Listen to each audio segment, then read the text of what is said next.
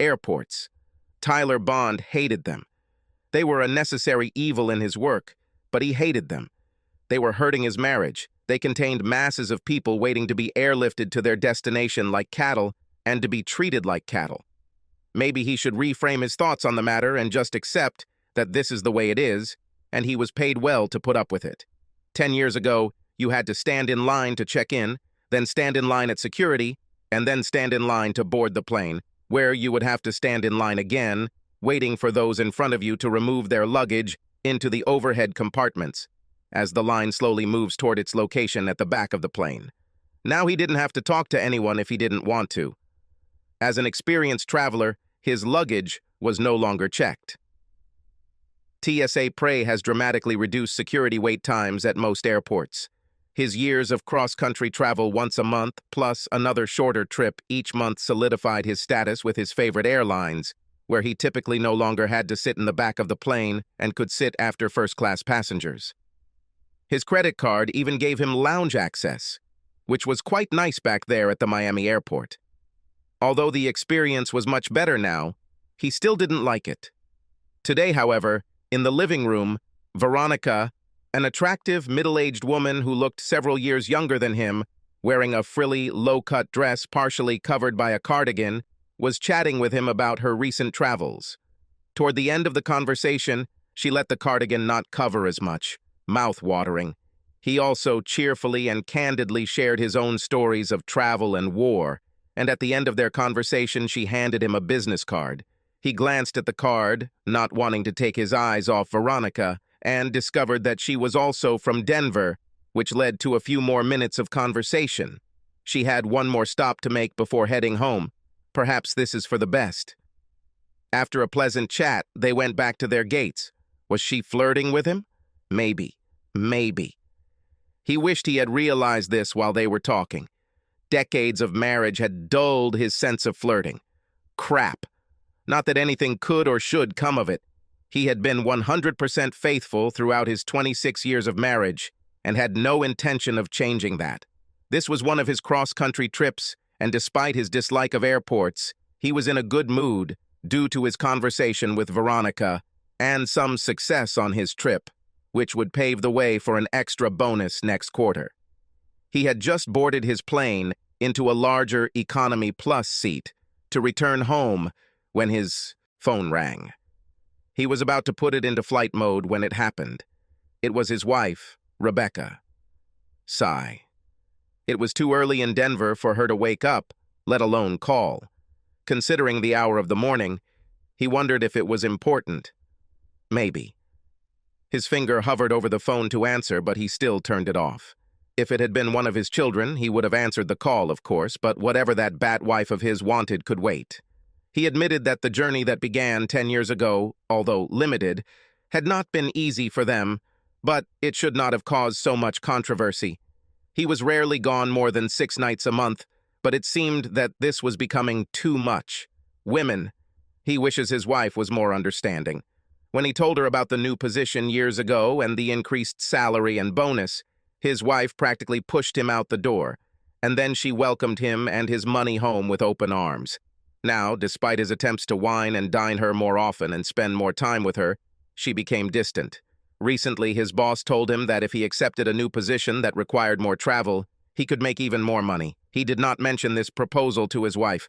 It wouldn't serve a good purpose. The whole situation saddened him, but he had his children, who were fantastic. He loved his children. His daughter Jamie just started pharmacy school in the fall, and his son Mike attended summer school to get a head start on his first year of engineering, just like his father. Both parents were, as you'd expect, prude. He missed going to their events, and he missed them getting under his feet. He guessed that Rebecca thought so too, since she seemed sad lately. Whatever their current problems, they raised 2 exceptional children. Smart, funny, hardworking, selfless, with a sense of humor. Over the years, they have received many additional joys.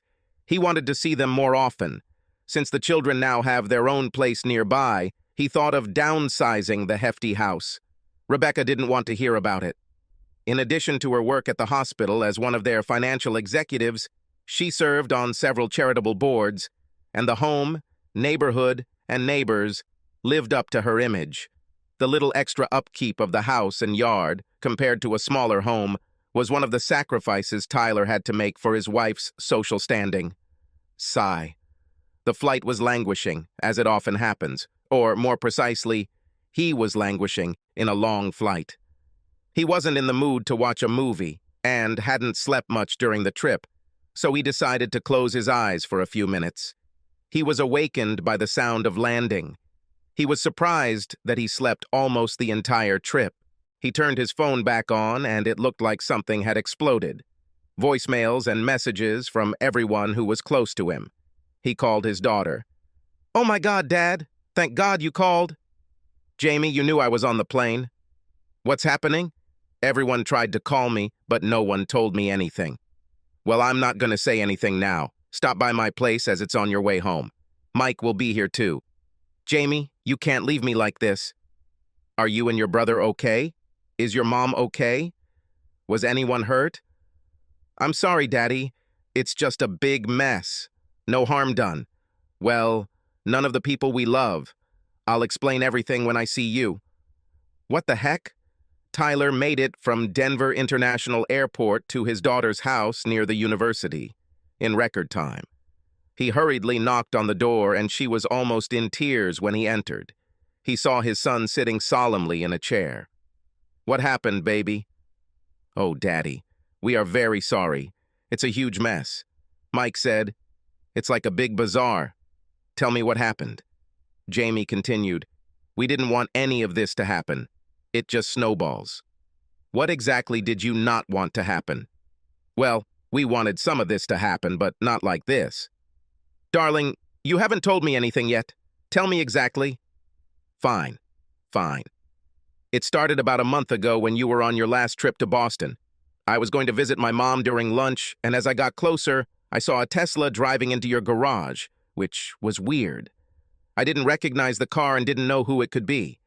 From the street, I saw that the light was on in the house, and by the way the shadows moved, I saw that someone was walking towards the garage. I called my mother on her mobile phone, but she didn't answer. I waited a few more minutes and called her again. When she answered, I asked if she was home, and she said she was still at work and would talk to me later. Obviously, I suspected that this was a lie, so I hung up and watched the house a little more, wondering what to do. After a while, I moved my car out of sight and sneaked to look through the garage window. Mom's car was there, along with the Tesla. I was furious. I returned to my car, called Mike, and told him what I had seen. I wanted to know who was with Mom. Fueled with anger, I waited for the first 6 hours for him to leave, and then Mike came and watched until he left at 7 Shio the next morning.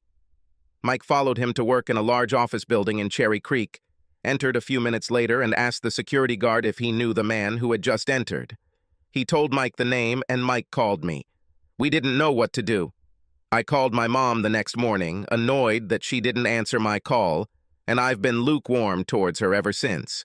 On your last trip we were watching, and the same thing happened. So Mike and I decided to do something about it. Mike chimed in. "I was there when you tested the smoke detectors a few weeks ago, and when I saw the detector in the garage, I came up with an idea that we thought was funny at the time. I don't think it's funny anymore. We were afraid to tell you because we knew you would want to catch them red-handed and would probably kill the bastard and end up killing Mom too. Accidentally or intentionally, and you'll end up in jail. We didn't want this. We wanted to come up with a way to piss them off and embarrass them. I suggested that Jamie sneak into the garage around midnight and cause one of those unexpected sparks that are known to happen to electric cars from time to time, creating enough smoke to set off the alarm. Since the smoke detectors were in good working order, I didn't think anything would happen other than the fire department showing up. I guess that means you didn't know there was a heat detector in the garage and not a smoke detector," said Tyler. Mike had a surprised expression on his face. "Oh, shit. That's why the alarm didn't go off for so long?" Tyler shook his head. Jamie chimed in. "We thought having to have the fire department come would be embarrassing, but it wasn't enough, so I kind of intervened too." Tyler looked stunned as all the different implications of what the kids had told him began to sink in. He asked, It looks like my marriage has burned to the ground. Is our house intact? Jamie replied, What? Oh, yeah. Well, for the most part. Oh my God. I visited the house after Mom left for work both times, and both times one of Mom's Magnum wine bottles was in the trash can. I know she likes to keep the bottle cold most of the time, so this seemed like the perfect opportunity to add to their embarrassment. These days, it's very easy to buy Viagra or its equivalent online, so I ordered some. I'm studying to be a pharmacist, and with my chemistry degree, it wasn't difficult to turn the tablets into a liquid. Tyler intervened. You didn't do it. I'm afraid so. Yesterday afternoon, I snuck home. I looked at the wine cooler, and Mom had already opened her Magnum bottle, sealed it, and set it down. It turned out that only a cup or two was missing, so I poured in my mixture, stirred it, and put it back, being careful not to leave any traces. We thought they would have to run out of the house when the fire brigade showed up, and he wouldn't be able to hide his erection, which would expose her and her lover to all the neighbors. It's Mike's turn. Shortly before midnight, I climbed through the window in the garage, which I had opened in advance. It took a while, but using the charging port on the car and some tools, I was able to create an arc such that the metal around the area became hot. I don't know if his car was malfunctioning or what, but suddenly there was a shower of sparks. I knew this would set off a smoke alarm, or so I thought, and I got the hell out of there. Obviously, after I left, the battery caught fire. I think he did, because before the firemen could get there, not only his car caught fire, but his mother's too. By this time, the alarm system in the house had gone crazy, and the whole neighborhood could hear it. Jamie said, You know how Mom gets worried when she's upset? It's like her brain just shuts down. This is where the story gets interesting. Even more interesting? More interesting than my wife cheating on me and my house burning down? Jamie continued, We told you the house didn't burn down. Oh, great. Anyway, in the few minutes that I was allowed to talk to my mother this morning, she told me that she jumped out of bed when she heard the alarm. She shook her lover, Eric, but he did not wake up. She knew he had drunk a lot and couldn't wake him up. She thought he was dead and became hysterical. She called 911 from her home phone and started screaming, Fire! Call an ambulance! She then grabbed him by the ankles and started dragging him out of the bedroom and towards the exit, not realizing or thinking about the fact that they were both bare asses. He was too heavy for her to get down the stairs, so she kept dragging him. Again, she wasn't thinking, so he lay face down. Remember how there was a rug nail at the entrance to your bedroom that popped out just enough to snag one of my socks a few months ago when I was visiting? Well, it looks like either you didn't score it, or he or the other one popped back out. Because guess what? Mom was dragging Eric, and he was quite heavy. Or the nail jumped out even more and caught Eric. That's where the fact that he drank all that Viagra and wine comes into play. Not only did the carpet nail cut his insurgent manhood, well, everything below the waist, he also cut his stomach and face. Since the house was quite dark and he was unconscious, his mother did not know this and continued to drag him down the stairs. Bop, bop, bop, by the steps. I almost feel sorry for this dude. In addition to his 3-foot scratch on an important male organ, he has carpet burns from his waist down to his nose, which must have burst when he fell from the bottom step onto the tile kitchen floor. Clap. I'm sure being dragged across the tiles through the front door wasn't very pleasant either, especially when his head flew over the threshold, hit the concrete porch, and rolled down the stairs onto the sidewalk. Bop, bop, clap. He appears to have road rash and a nasty gash on his face. Tyler didn't feel too bad about it. Mike took over the story. The house alarm must have woken up the rest of the neighbors because there seemed to be quite a crowd when Mom dragged her lover, both bare-bottomed, out of the front door in front of everyone. Timothy from across the street even filmed the scene on his phone and sent it to me. Here, look. Tyler couldn't believe what he saw. There was a video on Mike's phone of Rebecca backing out of the front of the house naked, and sure enough, Eric's head was bouncing off the concrete as he walked down the steps while Rebecca continued to drag him. Either her adrenaline was really pumping, or she was stronger than he thought. The ambulance and fire department arrived immediately afterwards. He watched as crews ran into the house to open the garage door and began hosing down everything in and around the garage. The ambulance approached his naked wife with an emergency blanket to cover her and turned Eric over. His abused manhood was still hard and dangling for all to see. Tyler could say that he won in this comparison with her lover. Phew, Mike told him. Apparently, his electric cars had a device that sent an alert to the home phone when something strange happened to the car. Apparently, Eric's wife, Francine, got the message and, seeing her husband's car parked at someone's house rather than at the airport where it was supposed to be, rushed over to investigate. As Tyler continued to watch, he saw that they were unable to revive Eric. He was alive, but unconscious. They brought a gurney from an ambulance help, but before they could strap him in, Francine appeared and flipped her over, sending Eric flying, beak first, onto the sidewalk. He will need more than a few stitches to deal with this new cut on my head. Feel sorry for him, or what? Tyler couldn't remember ever seeing anyone so angry. Francine landed a few good blows to Eric's groin before they were able to pull her away from him, still kicking. When they laid him back on the gurney, his manhood, from the waist down, now looked crooked in a way it hadn't been a few minutes before. Tyler wondered if Eric had woken up while they were trying to fix this. He hoped so. Rebecca stood in horror as at least a dozen or so socially intelligent neighbors watched the tragic comedy unfold. Francine lunged at Rebecca, but instead of hitting her, she pulled the blanket off, again leaving Rebecca naked for at least a minute until another blanket was found. Seeing his wife naked in their front yard, Tyler thought, "Damn, I'm gonna miss this body." However, the neighbors, of course, were not bored. It's safe to say that her care of her private parts was no longer, a private matter. Shame. When officers arrived, the flames appeared to be mostly under control, except for Eric's car, which was spewing sparks and smoldering. Francine, practically foaming at the mouth, screamed at the police to arrest Rebecca. On what charge? No one knew, but the officer had taken Rebecca, clearly shaken, into the back seat of the patrol car just to keep her away from Francine and the onlookers. Jamie said, "We knew that Eric was married to Francine, but we didn't know that she was the daughter of the district attorney." It seemed like she or he had enough power to get Mom taken to the station and placed in an interrogation room for the rest of the night, wearing only that blanket. They released her around 6 a.m. when she tried to call you, but you didn't answer.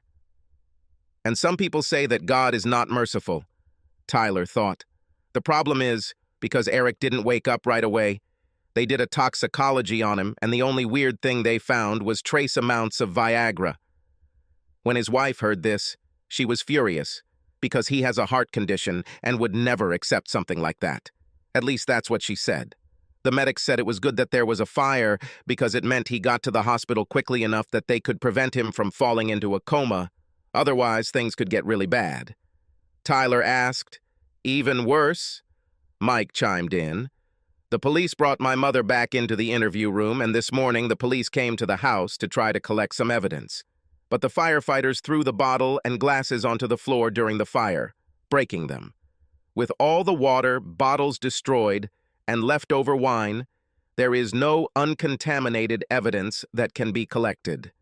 I suspect that now they are just shaking my mother during interrogation. Everyone thinks he took Viagra when he shouldn't have, and without any proof, I'll be surprised if they keep Mom around much longer. They were also able to get the Tesla out of the garage." Mom and Francine were all over the news this morning. It wasn't very pleasant. Tyler asked, "Where is your mother now?" Jamie said, "She's still at the police station. They said they would call us when we could go and pick her up. I'm so sorry, Dad. We should have just told you instead of trying to get even. We were so angry and only made a bad situation worse." While his children looked scared, a smile slowly began to spread across Tyler's face. He stood up and said, "I appreciate what you guys tried to do. I really do. This means a lot to me. Honestly, I don't think you've made anything worse. All things considered, I think it worked out pretty well. I'm going home now. Your mother will need you both. I'll let you decide who takes her away from the station. It won't be me." They understood. On the way home, Tyler stopped at the bank and transferred half of their accounts to a new account in just his name. He will take care of the rest of the finances later this evening or tomorrow.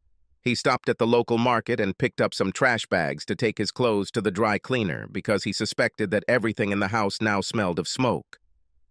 As he approached the house, he didn't pay much attention to the damage from the fire. The part of the kitchen leading to the garage looked like a war zone. He went to the bedroom and put all his clothes into bags to take to the dry cleaner. The insurance company will receive the bill. He saw that the bed was not made, and this thought saddened him for a moment, but only for a moment. He knew what he was going to do. Divorcing the bitch was the obvious starting point. Divide finances, find an apartment, travel more, and use my newfound free time to be with my children more often and have much more fun. He asked if Mike could forward him the video so he could forward it to local news stations. Rebecca's volunteer organizations will certainly be proud to have one of their board members raise their profile in this way. As he was loading the last bag into his car, a police car pulled up. They asked to see some form of identification. Having heard about what happened, and perhaps even having previously been there or seen the video, one of the officers looked confused, but still asked, "Are you going to be okay?" All the events of the day played over and over in Tyler's head, like one of those old-fashioned wheels that people spun on game shows.